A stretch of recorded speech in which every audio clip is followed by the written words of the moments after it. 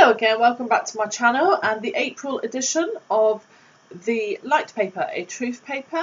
This is April 2021.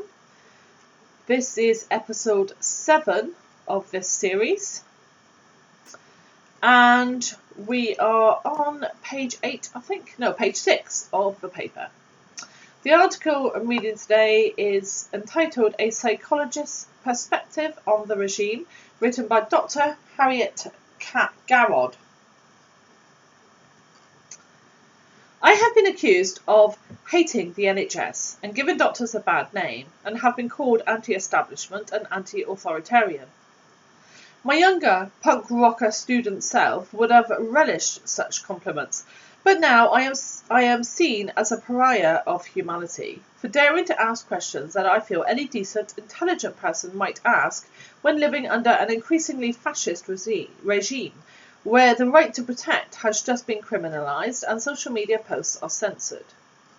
As a consultant psychologist, I know firsthand how the impact of isolation, lack of interaction and lack of meaningful activity has a devastating impact on morale, mental health and ultimately can evoke suicide amongst the most desperate and the least helped. There are entire generations of people who have lost everything: their homes, their jobs, their businesses and their education as a result of lockdown. There are people who are denied the basic right to medical treatment and as a result will die, or those seeking to marry, or for the dead to have a respectful funeral, and there are the elderly who haven't seen anybody for over a year and live their last days effectively under house arrest. I am likely to be picking up the pieces of the impact of this for the rest of my clinical career. There has been an increase in attempted and actual suicides, emotional dysregulation, anger, obesity and alcoholism. Though these elements of this regime are devastating, they are not the most frightening. There is something infinitely more sinister at play here. I have said this from day one, and it is only now that there are others who agree, including those in the helping professions. By far the most terrifying element of all is the compliance of the people. The manipulation of society through instigating fear via the media has been successful in dividing families, neighbours, colleagues and friends irretrievably. We are encouraged to call the police on our nearest and dearest, and I have seen firsthand an elderly grandma carted off by the police for visiting her 6-year-old grandson on his birthday. I also have witnessed a man being shouted at by shop staff who was only collecting some printer ink so that he could work from home, and I have been screamed at for accidentally walking through the wrong door in a cafe when we were slightly liberated last summer.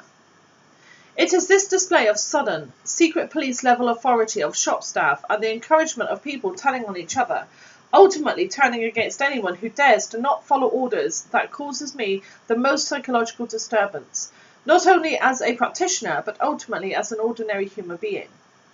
I am surrounded by paranoid, neurotic fascists and I cannot breathe. It is this which has caused me the most anger, the most sadness and the most despair.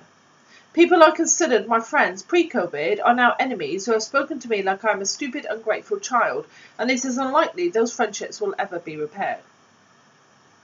I am deeply offended by the apparent personality transplants most people I know seem to have had, and how draconian and Orwellian they have become in daily communications that are filled with self-righteous, puritanical dribble. It is a time in which we trust no one. It is a time for bribing those involved in the black market for basic services like a haircut, or to organise a secret gathering of like-minded folks to enjoy conversations and laughter, and God forbid to sing and to dance to wonderful music. Sadly, I have lost many friends due to my disagreement with the regime, and have a growing concern about the changing dynamics amongst people and the increasing mental health pandemic that will follow. In the wake of the March for Freedom in central London on Saturday the 20th of March 2021, I feel a surge of excitement about possible changes to our society as the establishment is challenged in more ways than one.